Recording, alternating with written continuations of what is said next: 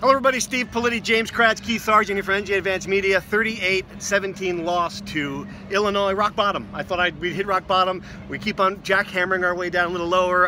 Inexcusable home loss, blackout day, bad crowd, bad coaching, bad team. Well, there's some stragglers on the field right behind us. That might be the best action of the day that we've seen, actually. I mean, I don't know where to begin. You know, it's just, again, the things that derail this team are coachable.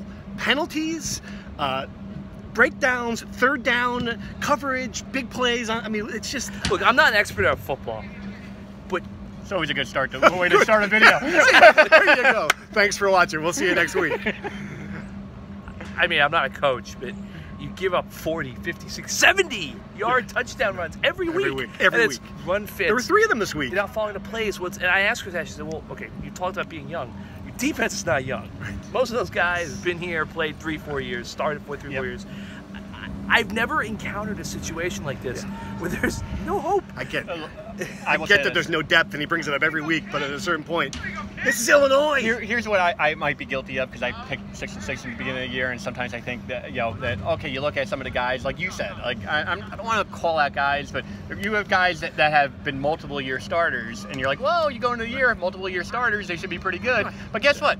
If they're not any good to begin with, if they're just not as talented as even Illinois, but even then it's like 20-yard runs. It might not matter. But 50-yard runs is wide gulfs. I mean, this. And then all the penalties. Again, just eight for 85 in the first 3 quarters.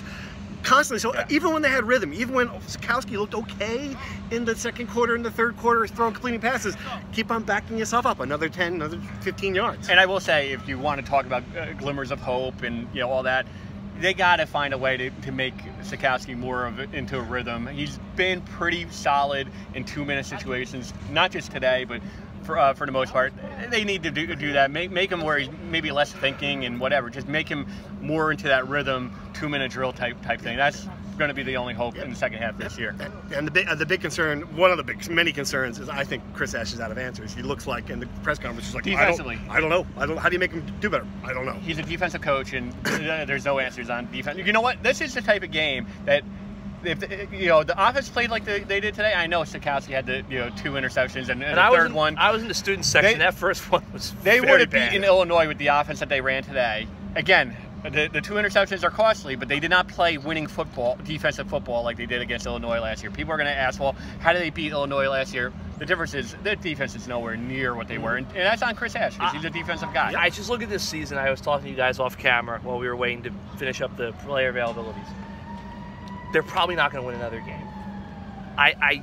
Art has shown promise, but I don't see the pass protection being at the point where Art's going to throw for 300 yards the last few games and excite everybody. Yeah. We've talked about the contract. Like Chris Ash is not going anywhere. I just don't see what this team does over the final half of the season. Like, there's no one here. They're booing. They're screaming. I know what the team's going to do over the final half of the season. It's going to get its butt kicked. I mean, look at the schedule coming up. What do they? What do they? Maryland, Northwestern beat Michigan State today. I mean, where do they go from here? Like, what do they? It's just something's got to change. I don't know what it is, but they've got to come up with some answer soon, because otherwise there's going to. I've never seen anything like it. Kratz is flummoxed. He is. You can tell he hasn't been around. You can tell. You say I haven't seen anything like this before. I have seen dumpster fire football before in my life. We've been through this, son. Hey, we'll take you. We've been through this. We're gonna get you through this, pal. All right, maybe we should sign up there. That's a good point. Steve, James Kratz, Keith Sargeant. We'll be here next week, I guess.